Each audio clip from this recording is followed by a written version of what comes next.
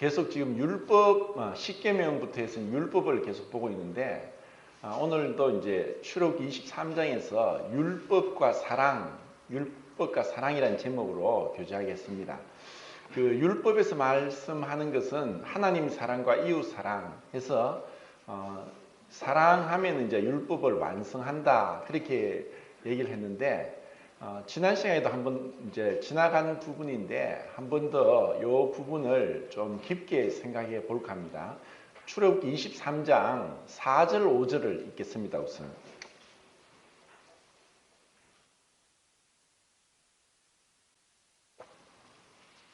4절 5절 시작.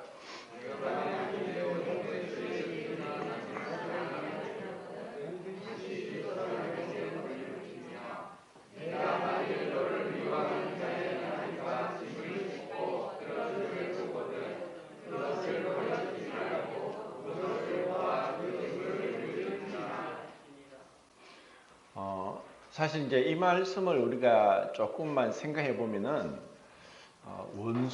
원수를 얘기를 하는데, 우리가 살면서 그 원수가 많습니까? 원수가 있으면 안 되는데, 전에 한번 뭐 이게 이제 TV에서 인터뷰를 하는데 이제 시골에 할아버지 할머니 인터뷰를 합니다. 그런데 50평생 같이 살았는데 할아버지한테 저기 저 할머니 누굽니까 하니까 왼수 정말 이제 옆에 있는 사람이 참 고마운 사람인데 이제 몇 가지 자기 마음에 안 들고 또 하다 보니까 이게 이제 진짜 고마운 것보다는 안 좋은 것으로 인해서 이제 원수라고 생각하는데, 사실 멀리 있는 사람이 원수는 아닙니다. 가까이에서 이제 내 마음에 이제 너무 자기 중심적이다 보면은 그 원수처럼 좀 미워하기도 하고 그런 마음이 우리한테 드는데, 근데 원수의 뭐 낙이나 소가 길을 잃었는데 그것을 찾아주라고 하는 말씀을 생각하면은 이거는 참 힘든 일입니다. 또 우리 마음이 누군가 미워하는데, 흔히 뭐 살다 보면 사실 그렇죠. 뭐 괜히 주는 거 없이 믿고 그냥 막 눈에 가시처럼 뭐 이상하게 이제 자기 마음에 안 드는, 뭐 스타일이 마음에 안 든다, 뭐 말투가 마음에 안 든다, 좀 뭐 사고 방식이 진짜 뭐 걸러 먹었다 이러면서 또 미운 사람도 많습니다. 그런데 우리 이제 제가 한번 이제 경상도 사투리를 한번 이야기해 보겠는데, 젊은 사람들은 못 알아먹을 건데 이제 모친들은 알아듣지 싶습니다. 따라가 뻑하면 꼬드락시럽게 그렇게 산노 꼬방시다. 따라가 뻑하면 꼬드락시럽게 그렇게 산노 꼬방시다. 이게 이제 경상도 사투리인데, 저는 어릴 때 이런 말 썼는데 요즘 사람 모를 거예요.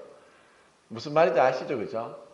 딸아이가 자주 그 까다롭게 그렇게 하니까 아이고 잘 됐다, 아이고 고소하다, 이런 뜻인데 흔히 이제 별로 마음에 들지 않는 사람이 안 좋은 일을 당하면은 이제 이런 얘기 합니다. 봐라, 그 봐라. 그렇지, 이제. 그러니까 우리 마음에 원수나 미워하는 사람, 이런 사람들을 향해서 이제 율법에서 하나님은 그것을 네가 비록 그 원수고 미워하는 자일지라도 그런 어려움을 보고 외면하면 안 된다, 도와주라 라고 하는 거예요. 근데 우리 마음에, 제가 조금 전에 뭐 경상도 사투리 얘기했지만, 도와주기는커녕 속으로 아이고 잘됐다 속으로 이제 그렇게 이제 막 쾌재를 부르고 좋아합니다. 이게 우리의 본성입니다. 근데 우리의 본성상 나한테 잘해주는 사람도 내가 참 이렇게 희생하고 헌신하는 게 쉽지 않은데, 정말 미운 사람, 원수 같은 사람한테는 절대로 그렇게 하지 않죠. 그런데 이제 하나님은 명확하게 말씀했습니다. 원수라고 했고 미워하는 자라고 했습니다. 그리고 그런 자들을 도와주라, 선을 베풀라는 것입니다. 이것이 어떻게 그러면 이것이 율법 안에 있는 이 말씀인데, 흔히 우리가 율법은 딱딱하고, 그리고 뭐 그거는 법이라서 율법 아래 있는 자는 저주 아래 있고, 또 율법은 우리가 행할 수 없고, 이제 이미 그리스도께서 율법의 마침이 되셨으니까 우리는 상관이 없다, 이런 게 아닙니다. 율법 안에서 하나님의 공의와 하나님의 사랑이 너무나 명확하게 나타납니다. 이것은 하나님의 마음입니다. 하나님께서 이것을 원하고 계십니다.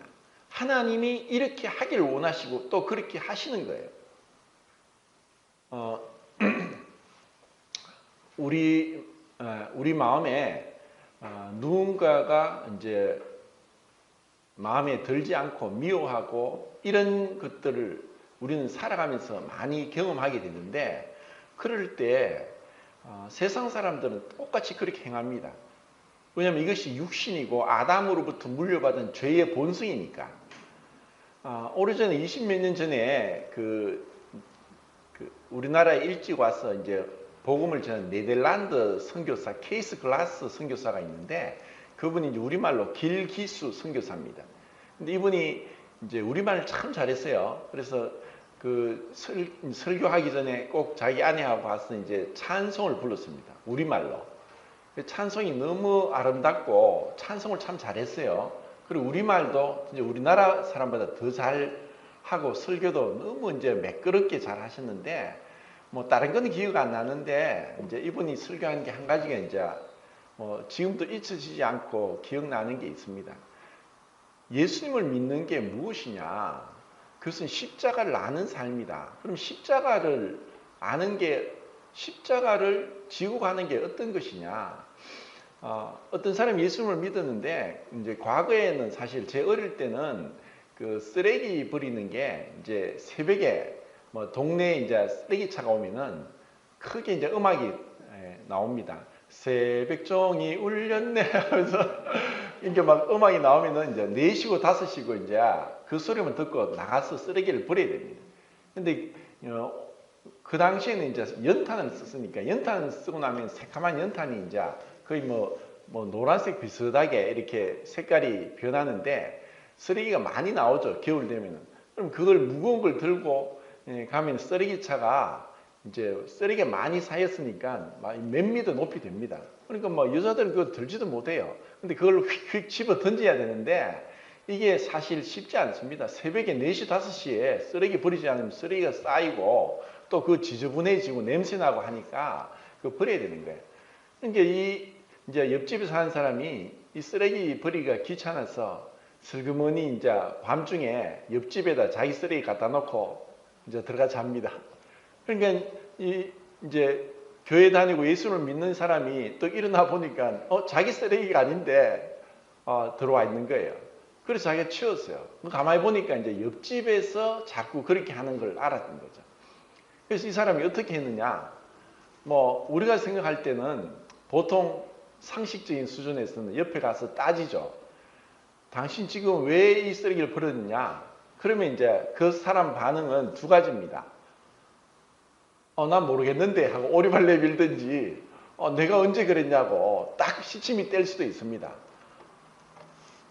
그런데 또 뭐 이제 미안하다고 할 리는 없겠죠. 자기가 옆에 갖다 버렸으니까. 근데 정말 교회 다닌다는 사람이 아무 말 없이 치워줬어요. 한두 번도 아니고 계속 그러는데 계속 치워주는 거예요. 그러다 보니까 이제 이 옆집에서 쓰레기를 옆에 갖다 놓은 사람이 이상하게 생각했어요. 참 이상하다. 저 사람이 와서 한 번은 얘기하지 싶은데 계속 쓰레기를 옆에 갖다 둬도 아무 얘기 안 하니까, 그래서 궁금해진 거예요. 그래서 뭐 이래 가서 얘기하다가 뭐 쓰레기 얘기를 하니까 솔직히 자기가 이 쓰레기를 갖다 버리기가 귀찮아서 옆에 뒀는데 어떻게 했느냐 하니까 자기가 버렸다는 거예요.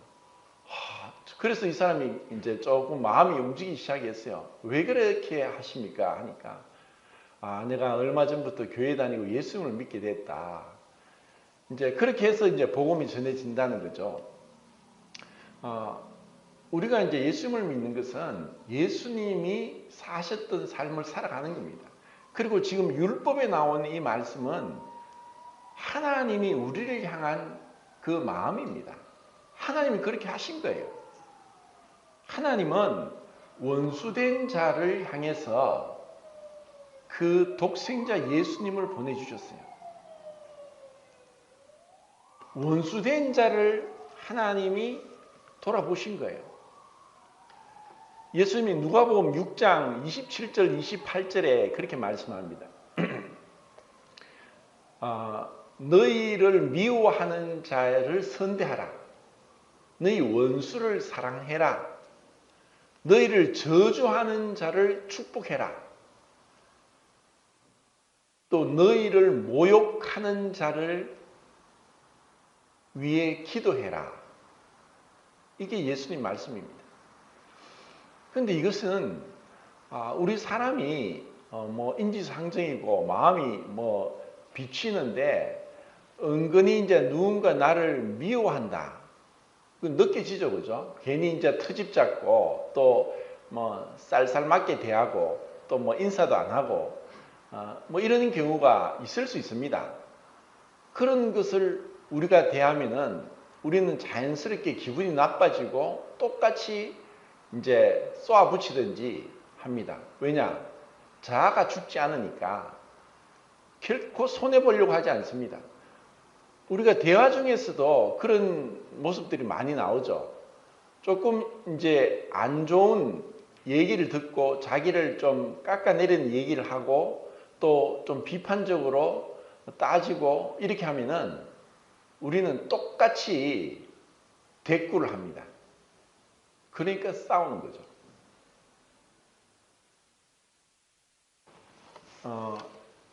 출애굽기 23장 1절 2절에 보면은 이제 그 거짓 증인, 위증에 대해서 얘기를 하고 다수를 따라 거짓 증거하지 말라 그랬습니다. 예수님께서 이제 요한복음 2장 19절 보면은 이런 말씀하시거든요. 너희가 이 성전을 헐라. 그리하면 내가 사흘 만에 일으키리라. 이런 말씀을 하셨어요. 그래서 그 너희가 이 성전을 헐라. 그럼 이 성전은 그 헤롯이 지은 그 성전, 스룹바벨이 지어서 그 헤롯 때 계속 이제 그 정축하고 했던 그 성전을 말씀하는 게 아니라 주님의 그 육체를 얘기했습니다. 근데 이제 나중에 예수님이 이제 붙잡혀 가지고 대제사장 앞에서 신문을 받을 때 어떻게 하든 이제 이 대제사장과 장로들이 시기와 질투심으로 예수님을 붙잡아 이제 사형시키려고 했습니다. 마태복음에 명확하게 나옵니다. 시기로 인해서. 왜냐? 자기들이 종교 지도자로서 백성들의 칭송을 받고 이렇게 대우를 받아야 되는데 전혀 학문도 배우지 않고 자기들 밑에 공부하지도 않고 또 이름도 없는 시골 나사렛의 목수의 아들이 와서 병도 고치고 기적을 행하고 하니까 사람들이 전부 이제 어딜 가나 예수님 얘기하고 그 몰려다니고 하는 것으로 인해서 이 대제사장과 종교 지도자들이 눈에 가시처럼 예수님을 생각한 거예요. 왜냐? 자기들이 높아지고 존경을 받아야 되는데 전혀 그렇지 않은 사람들이 계속 그 시선이 집중되고 몰려가니까 결국 그것으로 인해서 예수님을 붙잡았습니다. 근데 붙잡았는데 제목이 있어야 되는데 이런저런 제목을 붙여도 합당한 게 없는 거예요. 그러자 이제 누군가 두 사람이 와서 내가 이 자가 하는 말을 들었는데 이 자가 내가 이 성전을 헐고 3일 만에 다시 세우겠다라고 했습니다. 이렇게 이제 위증을 하는 거예요. 그것이 마태복음 26장 61절입니다. 근데 분명히 예수님은 너희가 이 성전을 헐라 그렇게 말씀을 하셨고 이 성전을 허는 것이 이제 그 헤롯 성전이 아니라 예수님 육체를 얘기하신 거죠. 그런데 이제 이런 거짓 증인으로 오로지 이제 시기 질투로 이런 사람들이 이제 거짓말을 하는 거죠. 이 사람이 자기가 이 성전을 헐겠다 했다. 아니 그런 게 말도 안 되는 게 어떻게 혼자서 거의 60년 이상을 지은 성을 허물 수 있습니까? 불가능합니다. 이런 이제 거짓 증인을 하면서 나중에는 막 예수님을 향해서 이제 대답을 해라. 이 자들이 하는 말이 맞냐? 네가 이 말을 했느냐? 할 때 예수님은 아무 대답하지 않습니다. 변명도 하지 않고 내가 그런 말 한 적이 없다. 그 말이 아니다. 아무 말씀 안 합니다. 그러면 더 이상해지는 거죠. 그래서 사람들이 이제 막 침을 뱉고 뺨을 때리고 무지막지한 정말 그 참을 수 없는 모욕을 행하는데 주님은 가만히 계십니다. 이것은 우리들에게 있어서 만약에 우리가 이런 뭐 말도 안 되는 그런 모욕을 당하고 또 거짓말로 사람을 이제 모독하고 한다면은 막 그걸로 인해서 우리는 어떻게 되느냐? 화병 납니다. 그거는 치료약도 없어요. 화병이 나는 거예요. 그 속에서 뭐 어떻게 뭐 싸우든가 아니면 혼자서 끙끙 앓든가 뭐 속으로 저주를 하든가 욕을 하든가 이런 것이 우리에게 있다는 거죠. 이게 우리 마음입니다. 그런데 이런 게 분명히 우리 안에 있는데 어떻게 이 미워하는 자, 원수된 자를 향해서 선을 행할 수 있겠습니까? 로마서 5장 8절에도 우리가 아직 죄인 되었을 때 그리스도께서 우리를 위하여 죽으심으로 하나님께서 우리에게 된 자기 사랑을 확정하셨다. 우리가 원수 되었을 때 하나님께서 그 아들을 보내셔서 아들을 화목 제물로 삼으시고 우리를 자녀 삼으셨다. 우리가 죄인 되고 원수 되었을 때 하나님 아버지께서 그 독생자를 이 원수된 자와 화목하기 위한 제물로서 아들을 내어주셨습니다. 예수님은 우리가 죄인 되었을 때 우리 같은 자를 위해서 하늘 보좌를 버리고 오셨습니다.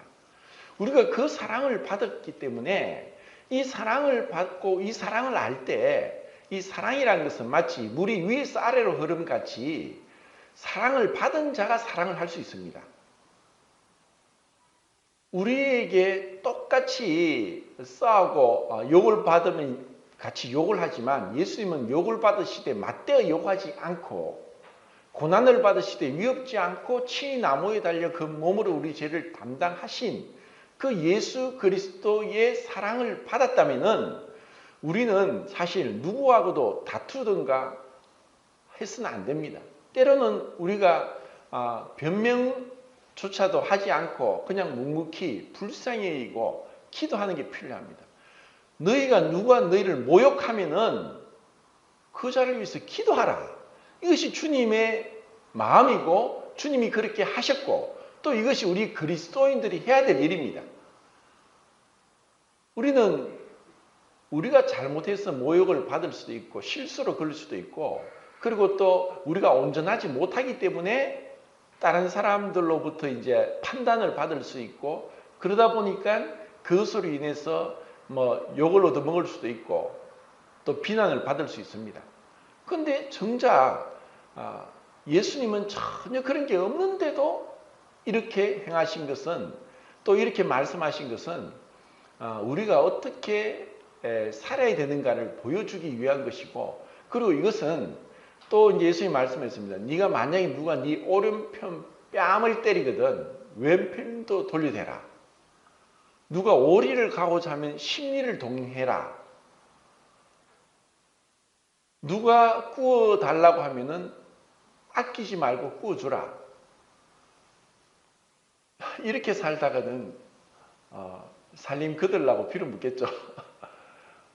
도저히 이것은 우리 상식적으로 이렇게 살 수는 없어요. 이렇게 살다가는 벗어나지 못하는 거예요. 제가 얼마 전에 이제 참 눈물 나는 영상을 이제 보게 됐는데 사실 지금부터 70년 전에 그 끔찍한 6.25 전쟁이 일어났습니다. 그때 그 유엔이 창설되고 처음으로 연합군이 파병이 됐는데 16개 나라가 파병됐습니다. 근데 실제로 그 군대를 파견한 나라는 17개 나라고 또 군대는 파견하지 않았지만 병원선 또 간호사 또 의사 의무병을 보낸 나라가 또 6개 나라가 있습니다. 남아메리카 대륙에서는 콜롬비아가 유일하게 우리나라에 파병했다고 하지만 나중에 알고 보니까 멕시코 군인이 한 10,000명 이상이 왔습니다. 근데 이제 멕시코가 이제 미국하고 이제 군사 동맹을 맺어가지고 멕시코 군인 10,000명이 이제 미군에 속해서 왔기 때문에 이제 16개 나라이 실제 17개 나라입니다. 그리고 이제 아프리카에는 딱 한 나라가 우리나라에 이제 6.25 전쟁 때 참가했습니다. 51년도에 이제 왔는데 그 에티오피아입니다. 에티오피아. 그 에티오피아가 이제 우리나라하고 이제 거의 18,000km 이상이 떨어져 있는데 우리나라하고 수교도 맺어지지 않았습니다. 그런데도 에티오피아에서 파병을 했어요. 왜 그렇게 했느냐? 그 당시 이제 대통령이 이제 그 2차 세계대전이 끝나고 나서 이제 이탈리아가 이제 이제 파시즘으로 인해서 이제 전쟁을 일으키고 결국 이제 패배를 했는데 너무 이제 경제적으로 힘들고 해서 에티오피아에 침략을 해가지고 그 많은 자원을 뺏으려고 했습니다. 그러니까 에티오피아에서 막 결사적으로 이제 싸우게 되는데 뭐 힘이 붙이니까 이제 국제적으로 좀 우리나라를 도와달라. 지금 이탈리아가 우리를 침략했다. 했는데도 아무도 어떤 나라도 도와주지 않았어요. 그래가지고 41년도까지 거의 5년 동안 싸워서 결국은 이제 이탈리아를 물리쳤는데 거의 이제 이탈리아 사람 한 27만 명이 죽게 됐습니다. 이제 이 일로 인해 가지고 대통령이 에티오피아 대통령이 우리는 다른 나라가 어려우면 도와줘야 되겠다 이 마음이 들었고 그러고 나서 이제 9년 뒤에 한국 전쟁이 일어난 거예요. 그래서 두말 나고 이제 그 군인 중에 대통령 건의 부대 가장 뛰어난 부대원들 6,073명을 우리 한국에 파병했습니다. 그리고 이들이 이제 휴전될 때까지 싸웠는데 미 7사단에 소속해서 이제 싸웠어요. 이들은 항상 여름인데 그 혹독한 겨울도 견뎌내면서 253번의 전투를 했는데 한 번도 진 적이 없습니다. 대단한 이제 전력을 세운 에티오피아 군이었는데 휴전이 되고 나서도 56년도까지 남아서 고아원하고 뭐 이런 이제 복구 작업하는데 동원되어서 도와주고 그렇게 갔어요.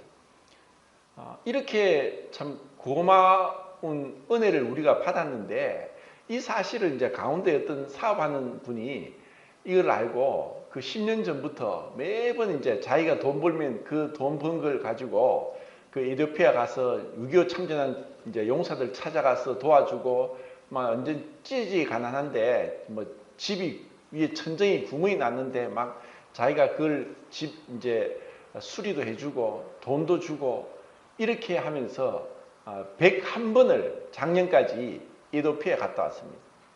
그러면서 자기 이름으로 가지 않고 내가 대한민국 이름으로 당신들께 왔다. 당신들이 우리를 그렇게 도와줬는데 내가 그게 너무 고마워서 이제 여권이 6개를 쓰세요. 이제 이런 걸 보면서 사실 그분이 믿는 사람인지 아닌지 모르겠는데 이 보통 마음으로 그렇게 할 수 없습니다. 그리고 우리 그리스도인들도 어떻게 보면은 고린도후서 5장 10절 말씀대로 우리는 다 구원받고 나서 행한 대로 그리스도의 심판대 앞에서 우리가 상을 받게 됩니다. 우리가 몸으로 행한 것을 따라 받습니다. 세상 사람들은 사는 목적이 뭐냐? 오로지 자기 자신을 위해서, 쾌락을 위해서, 자기의 쾌락을 위해서 돈을 쓰고 옷을 사고 또 뭐 여행을 가고 자기 자신을 위해서 살아갑니다.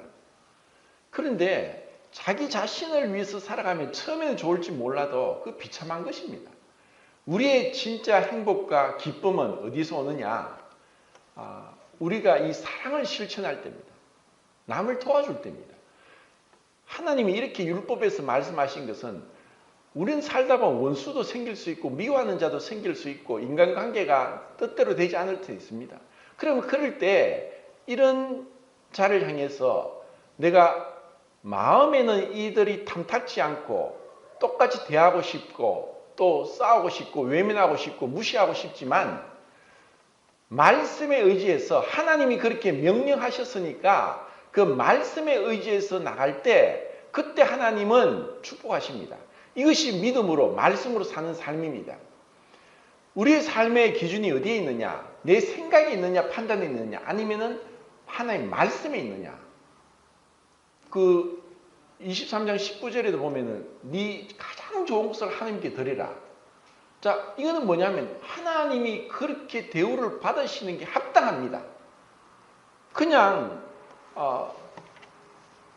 대충 그렇게 드리는 게 아니에요. 15절에도 보면 아침에 제가 말씀을 보내면서 빈손으로 내 앞에 오지 마라. 자, 하나님께 나갔는데 빈손으로 간다는 게 단순히 어떤 이것을 헌금에 제한시켜서 봐서는 절대 안 됩니다. 제사장이라는 단어의 원래 뜻은 뭐냐? 손에 가득 채우다는 뜻입니다. 하나님께 나가는 데 있어서 우리가 빈손으로 못 가는 거예요. 사실 이러한 것이 오늘날 우리나라에도 이게 뭐 옛날 이제 어른들은 그랬습니다. 남의 집에 갈 때 절대로 빈손으로 안 가죠. 왜냐면은 그것은 뭐 다른 사람을 배려하는 것, 또 예의라고 생각하고 이런 마음으로 뭐라도 들고 가는 거예요.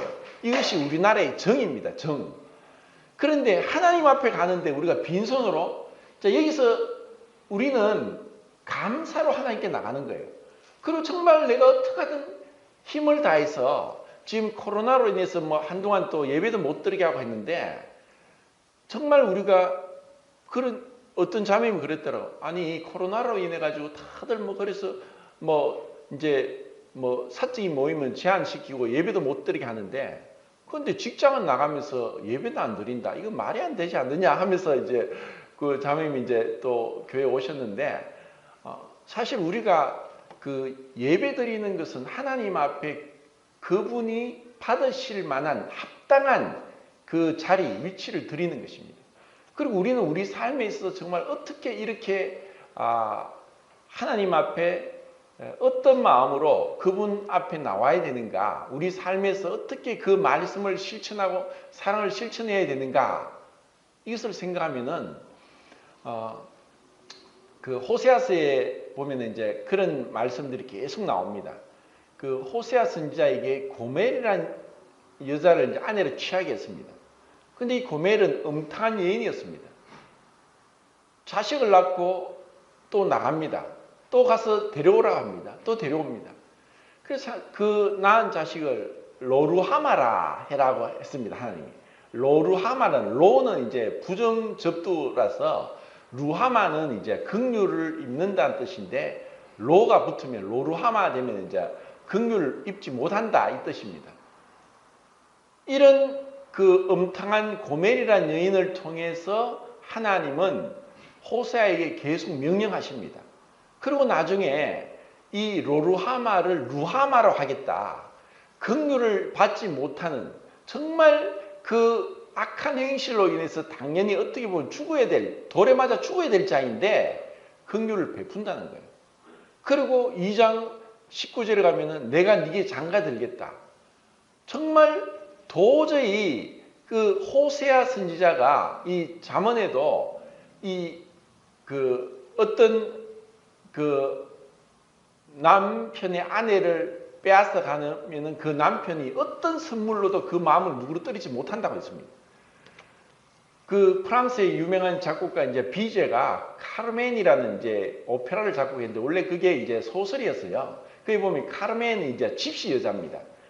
집시 여자를 굉장히 자유분방하고 노래하고 춤추고 한 군데 있지 않고 이곳저곳 떠돌아다니는데, 근데 돈 호세라는 좀 이렇게 사람이 이제 이 카르멘을 이제 향해 사랑하는 마음이 들어서 서로 사랑하게 됐는데, 이 집시 기질을 가지고 있는 카르멘이 이 돈 호세 한 사람에게 만족 못하고 이 남자 저 남자 춤추고 노래하고 막 떠돌아다니다 보니까 이 돈 호세가 이 시기 질투가 나서 결국은 카르멘을 죽이고 자기도 죽는 비극적인 그러한 이제 내용의 오페라입니다.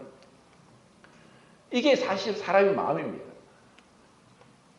도저히 그 용납될 수 없는, 참을 수 없는 이런 마음을 이제 그 호세아가 가져야 되는데 하나님이 그 고멜을 다시 데려오라라고 하십니다. 이것이 하나님의 마음입니다. 하나님이 정말 우리에게 내가 네게 장가 들어서 너와 영원히 함께 하겠다. 내가 너를 긍휼히 여기겠다. 내 마음이 속에서 불타는 것 같다. 내 마음에서 내 속이 불타는 것처럼 너를 향한 사랑이 그 끓어오른다. 이렇게 이제 표현을 했습니다. 이것이 구약에서 사랑에 대한 그 표현이 바로 이와 같습니다. 속이 끊어지는 것 같다.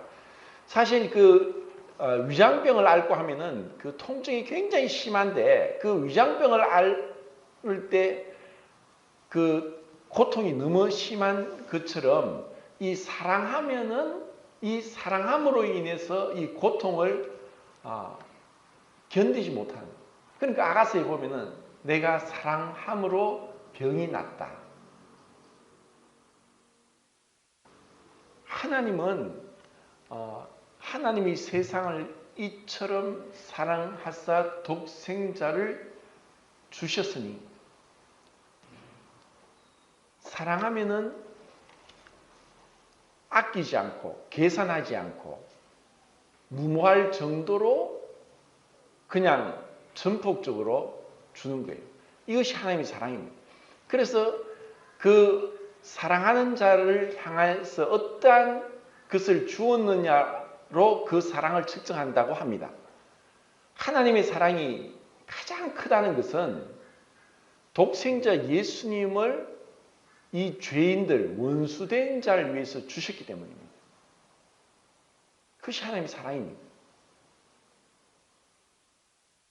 그래서 우리는 그 사랑을 받고 알게 되면은 우리 마음에 정말 그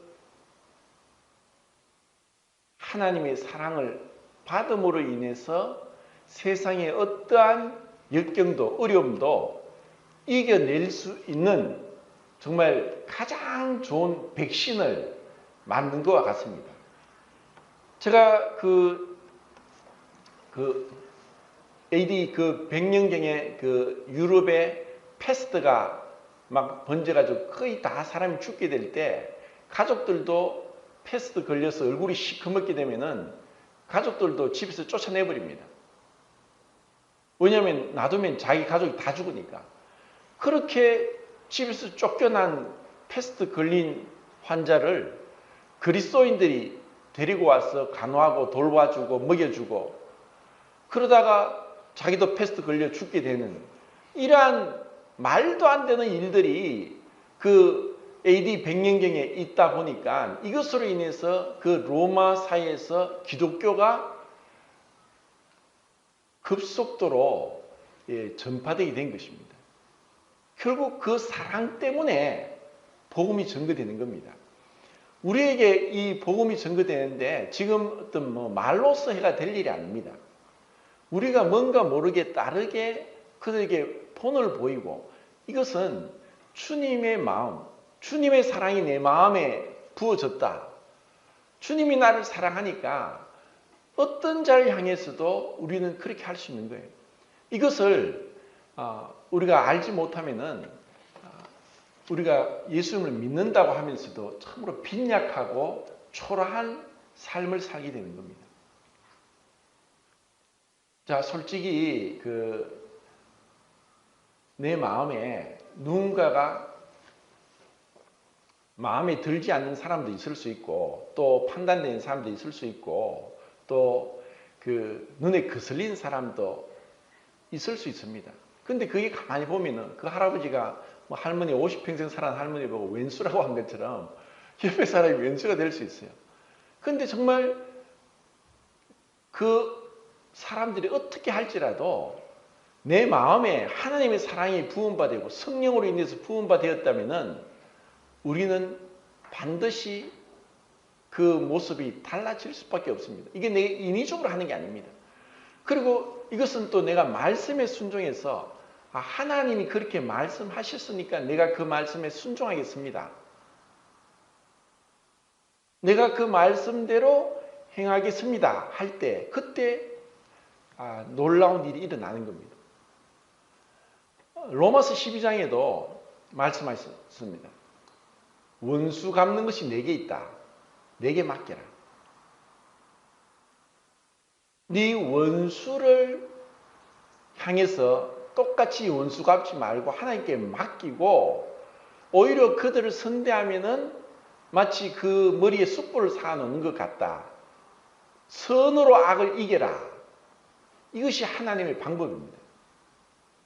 선으로 악을 이기는 것. 우리가 주님을 믿는다고 하는 것을 무엇으로 증거하느냐? 교회를 다닌다는 것, 성경을 읽는다는 것, 또 아니면 찬송하고 기도한다는 것으로 정말 그들에게 그리스도를 믿는다는 증거를 할 수 있을까?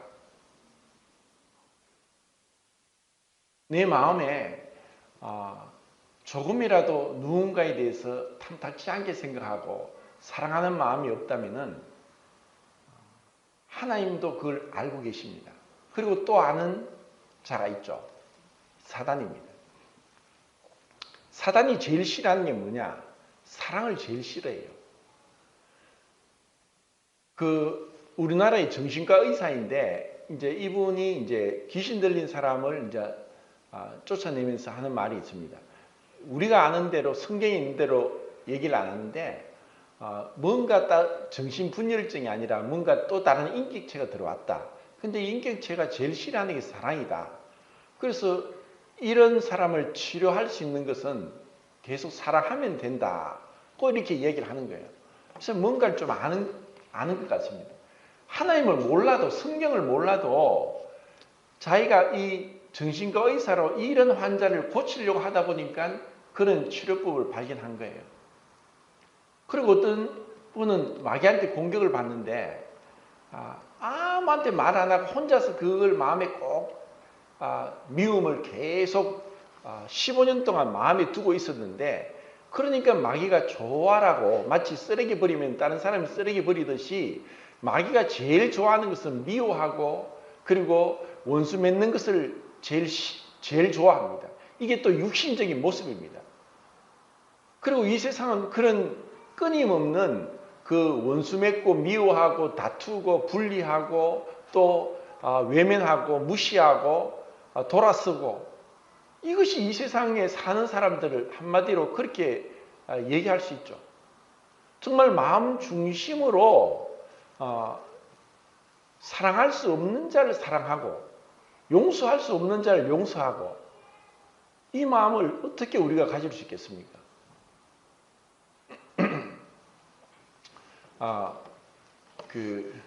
호세아서를 한번 보겠습니다. 한번 보는 게 2장 4절 2장 4절 읽겠습니다. 시작. 내가 너의 자녀를 긍휼히 여기지 아니하리니 이는 그들이 음란한 상식들이니라. 19절입니다. 시작. 긍휼과 정의와 속과 긍휼히 여김으로 내게 대상하며 23절입니다. 시작. 내가 나를 위하여 그를 부단히 주고 긍휼히 여김을 받지 못하였던 자를 긍휼히 여기며 내 백성 아니었던 자에게 하여 이르기를 너는 내 백성이라 하니 그들은 이르기를 주는 내 하나님이시라. 이 호세아의 한 개인의 삶을 통해서 하나님은 하나님의 사랑이 어떠한지를 분명히 보여주셨고 또 이것은 좀 더 이제 확대해서 가면은 북왕국 이스라엘이 BC 930년도 그 왕국이 분열되고 BC 722년도 멸망받을 때까지 19명의 왕이 있었지만 선한 왕이 하나도 없었습니다. 그리고 북왕국 이스라엘의 19번째 마지막 왕은 호세아입니다. 그 호세아 왕 때에 여기 말하는 선지자 호세아가 아니라 호세아 왕 때에 이제 아수르 군에 의해서 완전히 멸망받아 흩어져 버립니다.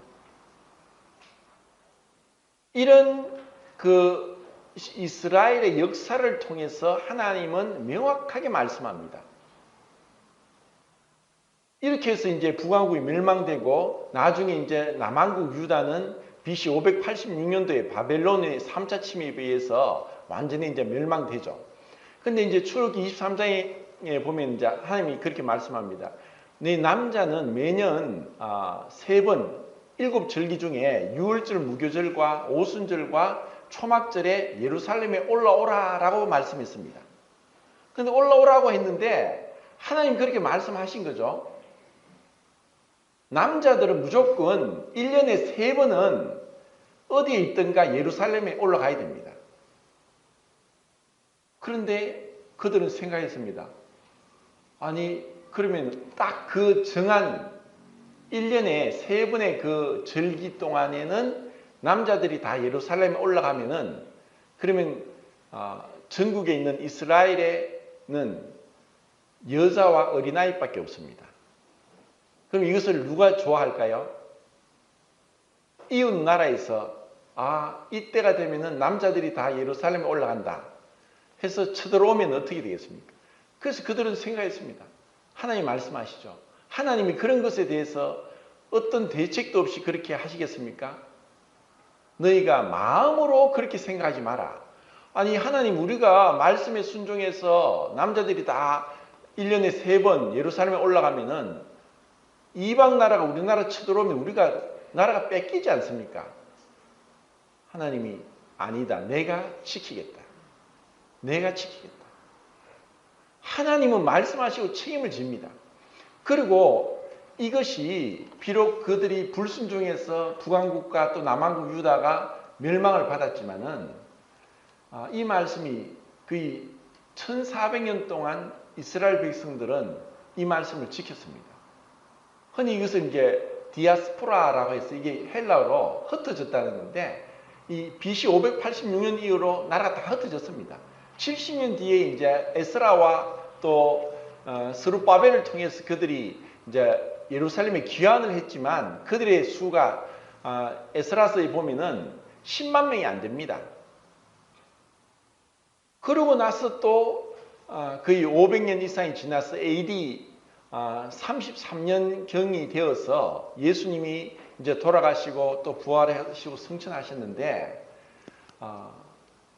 그때가 언제죠?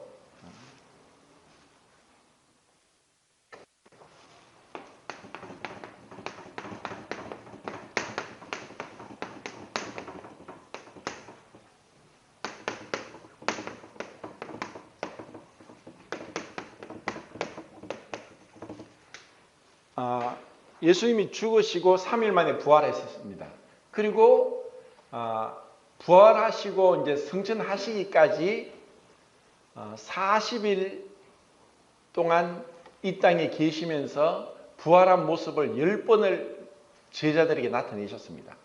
그러면서 승천하면서 예수님이 말씀하셨죠. 너희가 몇 날이 못 되어서 아버지께서 약속하신 보혜사를 너희가 받게 될 것이다 하고 기다리라고 했습니다. 그때 예수님이 승천할 때 제자들이 몇 명이 있었습니까? 500명이 있었습니다. 그런데 예수님이 부활한 것도 놀라운데 그 부활한 가운데 승천을 하늘 올라갑니다. 이것을 500여 명의 제자들이 보고 놀라지 않겠습니까? 뭐 비행기 타고 올라가고 로켓 타고 올라가는 것도 아니고 예수님이 그 몸이, 부활한 몸이 하늘로 쫙 올라가는 걸 보게 됐습니다. 그러면 말씀했습니다. 몇 날이 못 되어서, 몇 날이 뭐냐? 그러면 그 이스라엘 절기대로 하면은 승천하고 나서 며칠을 기다려야지 그 아버지 약속한 성령이 오십니까? 예? 10일. 예, 10일이죠. 10일은 뭐냐면은 순이 10일인데 부활하고 나서 50일째 됐나, 오순절. 이 오순절이 되면은 하나님이 이스라엘 백성에게 1년에 3번, 6월절, 무교절, 오순절, 초막절에 예루살렘에 올라오라고 했습니다.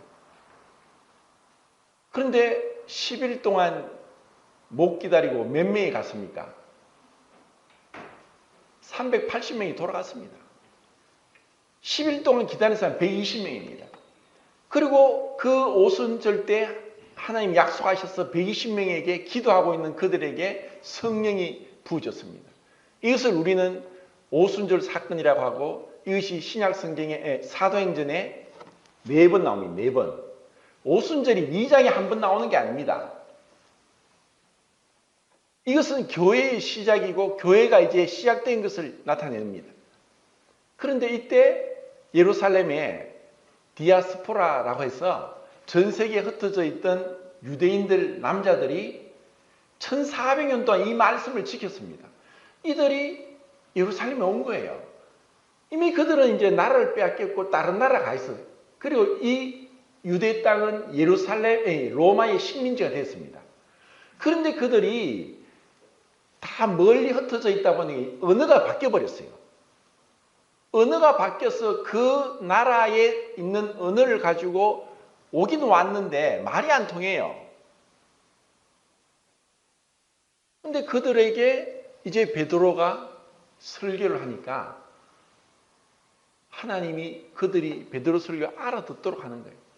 그리고 방언이 터지면서 자기가 배우지도 않은 말을 하면서 서로 이 하나님의 말씀을 듣게 되고 거기서 3,000명, 5,000명 구원의 역사가 일어난 겁니다. 이것을 가만히 생각해 보면은 어떻게 이런 초자연적인 역사를 경험할 수 있는가? 그들이 이스라엘 백성들이 진짜 그렇게 오랜 세월 동안 이 절기, 레위기 23장에 말씀하고 지금 출애굽기 23장 또 34장에 말씀한 이 하나님의 명령을 그냥 지켰습니다. 그리고 그 지키는 게 쉽지 않습니다. 우리는 지금 다 차가 있어요. 대중교통도 있고 자가용도 있고 멀어도 올 수 있는데 유대인들은 차도 없어요. 걸어서 그때 되면은 그 멀리서 언어가 다른데도 다른 나라 살면서 오순절날 하나님이 예루살렘에 모이라고 했으니까 모인 거예요. 그래서 그들에게 축복이 임한 겁니다. 하나님은 결코 빚지는 분이 아닙니다. 하나님 말씀에 그 하나님을 존중히 여기라. 너는 가장 좋은 것을 내게 바쳐라. 가장 좋은 게 뭡니까? 내 마음입니다. 내 마음을 정말 내 마음 중심에 그분의 고린도 후서 10장 5절입니까? 7절입니까? 그리스도를 대적하여 높아진 생각을 사로잡아 그리스도께 복종케 하는 것. 우리는 수시로 이 마음이 일어납니다. 진짜 저 사람 미워 죽겠다. 이런 마음이 들 때 말씀에 순종해서 그를 도와주는 거예요. 내가 하나님 말씀에 순종하는 것은 그분을 경외하는 것입니다. 그분을 존중하는 것입니다. 그것이 사랑입니다. 그럴 때 놀라운 역사가 일어난다는 거죠. 자, 그 뒤에 11장 또 보겠습니다. 11장 8절. 8절 읽겠습니다. 시작.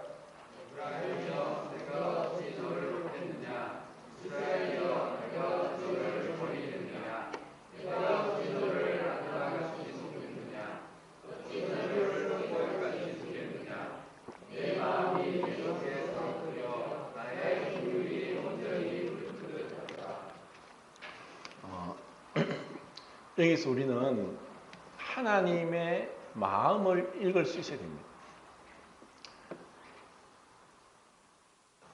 이스라엘은 정말 악한 나라였습니다. 이스라엘은 한 번도 하나님을 경외하고 하지 않았습니다. 그런데 하나님은 이 아드마, 스보임, 이건 다 소돔 고모라 성 옆에 있었던 5개 도시입니다. 그들은 다 멸망받았습니다. 너무나 악했으니까 하나님은 심판을 했습니다. 그런데 이 호세아를 향해서는 이들이 마땅히 심판받고 멸망받아야 되는데 그들을 긍휼이고 사랑함으로 인해서 내가 너희를 도저히 그냥 심판을 할 수 없다. 내가 너희를 심판하지 못하고 너희에게 긍휼을 베풀겠다. 내가 너를 향한 사랑이 속에서 돌아서 불타는 것 같다. 이렇게 하나님이 우리에게 모든 그 마음을 보여주셨습니다. 이것이 하나님의 율법에 나타난 그분의 사랑이고 그것이 결정적으로 십자가에서 나타났습니다. 이제 이것을 깨달은 성도들이 신약 성경에 많은 사람들이 그리스도, 정말 작은 그리스도라고 하면서 주님께서 행하신 그 길을 가는 거예요. 이제 우리의 삶은 이제 점점 마지막을 치닫고 있습니다. 원래 정말 그 코로나로 인해서 너무나 뜻밖의 일이 일어났는데 또 앞으로 어떤 일이 일어날지 모릅니다. 근데 이 교회사를 보더라도 세계 역사를 보더라도 이 고난과 핍박은 계속 됐습니다. 지금은 아무것도 아닙니다. 그 프랑스의 그 위그노라고 해가지고 그 이제 로마에서 이제 개혁해서 이제 개혁파 교회에 들어온 그리스도인들, 위그노 그리스도인들이 막 너무 많이 이제 핍박을 받아 로마 가톨릭 교도들에게 핍박을 받아가 막 수십만 명이 죽게 됩니다. 그런데 그 프랑스의 이제 앙리 사세가 이제 뭐 그 난트 칙령을 이제 발표하면서 이 가톨릭 교도들이 더 이상 이 개신 교도인을 핍박하지 못하게 했습니다. 그런데 나중에 그때가 1498년도였는데 1500년도 가서 이제 그의 손자 루이 14세가 또다시 이 개신 교도들을 핍박하면서 뭐 기록에 의하면 뭐 한 8, 90만 명의 유교도들이 가톨릭 교도들에 의해서 순교당해가지고 몇천 명밖에 안 남았다고 합니다. 근데 그 위고도 교도들이 왜 순교당했느냐? 나는 하나님 말씀대로 성경을 믿고 교황과 그 교황의 이제 가톨릭에서 말하는 걸 믿지 않는다 하는 것 때문에 그들이 순교당하면서 힘없이 대항하지 않고 반항하지 않고 그냥 죽었습니다. 정말 말도 안 되게 그렇게 그들은 핍박을 받았습니다. 그들이 무엇을 봤습니까? 그리스도를 봤습니다. 예수님이 왜 그렇게 힘없이 십자가에서 달려 돌아가셔야 했습니까? 그것을 봤을 때 그들이 예수님을 따라간 거예요. 이제 우리에게 주님은 그 발자취를 남겼습니다. 이제는 작은 것에서부터 이제 내 가까이 있는 사람에게서부터 이런 것을 실천해야 됩니다. 안 좋은 얘기 듣든가 사소한 얘기 가운데서도 내가 죽으면 됩니다. 그리고 말씀대로 내 옆에 있는 사람에게 사랑을 실천하지 못하면서 멀리 있는 사람에게 사랑을 실천할 수 없습니다. 그 사랑은 결국 내가 죽고 그리스도의 부활의 생명이 나타나는 것입니다. 이렇게 이제 주님 앞에 갈 때까지 그나마 우리가 큰 것은 못할지라도 네가 미운 사람이 있고 원수 같은 사람이 있을지라도 그들을 향해서 주님의 마음으로 선을 베풀면서 선으로 악을 이기는 승리하는 삶이 되길 바랍니다. 감사합니다.